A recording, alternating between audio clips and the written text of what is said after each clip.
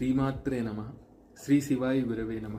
సౌందర్య లహరిలోని 61వ శ్లోకంలో అమ్మవారి నాసికా వైభవం వర్ణింపబడుతున్నది.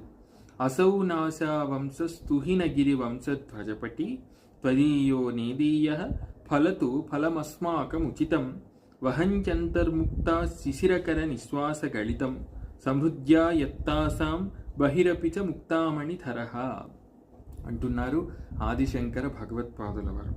గత కొన్ని శ్లోకాలుగా మనం అమ్మవారి ముఖమండలాన్ని వర్ణించుకుంటూ పులకిస్తున్నాం. అమ్మవారి ముఖములో భాగమైన నాసిక గురించి ఇప్పుడు వర్ణించుకోబోతున్నాం. అమ్మవారి అవయములు అన్నీ కూడా మంత్రమయములు అని మనం మొట్టమొదటి నుంచి చెప్పుకుంటున్నాం.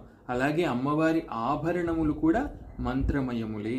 కాబట్టి అమ్మవారిని మనసారా ధ్యానిస్తే తన్మంత్రోపాసన చేసిన ఫలితము ఆ సాధకుడికి లభిస్తుంది.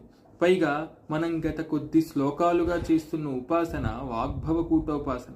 అంటే అమ్మవారి వాగ్భవకూటం అంటే శిరస్సు నుంచి మెడ వరకు వ్యాపించి ఉంటుందన్నమాట. ఆ వాగ్భవకూటోపాసన చేయటం వల్ల ఆ సాధకుడికి అఖండమైన జ్ఞానము, అమితమైన వాక్శక్తి సిద్ధిస్తుంది అని పెద్దలు చెబుతూ ఉంటారు. ఇప్పుడు ఈ శ్లోకం తాలూకు భావాన్ని చిన్నగా చూద్దాం.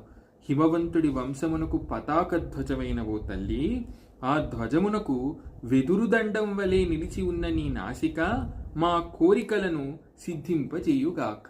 అంటే ఆ నాసికను తలచినంతనే సాధకుల వాంఛితములన్నీ ఈడేరిపోతాయని ఆదిశంకర భగవత్పాదుల వారు సూచిస్తున్నారు. వెదురుదండం నుంచి ముత్యాలు వెలువడినట్లు నీ నాసికకు అమరి ఉన్న ముక్తామణి నిలిచి ఉన్నది. నీ చల్లని నిట్టూర్పు చేత అది లోపల నుండి బయటికి వచ్చినట్లుగా అద్భుతమైన రీతిలో అమరి ఉన్నది. సాధారణంగా మనకు వెదురు దండంలో ముత్యాలు లభిస్తాయి. అలాగే అమ్మవారి నాసిక ఎనబడు వెదురు దండానికి మరి ఒక ముత్యం ఉండాలిగా. ఆ ముత్యమే అమ్మవారి ముక్కు చివర నత్తుగా భాసిస్తున్నది, ఆభరణంగా భాసిస్తున్నది.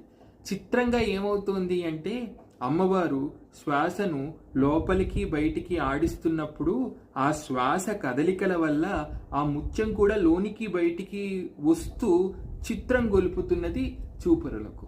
ఆ విధంగా అమ్మవారి నాసికను, అమ్మవారి నాసికకు ఆభరణమైన ఆ ముక్తామణిని ఏకకాలంలో దర్శించుకొని పులకించాము.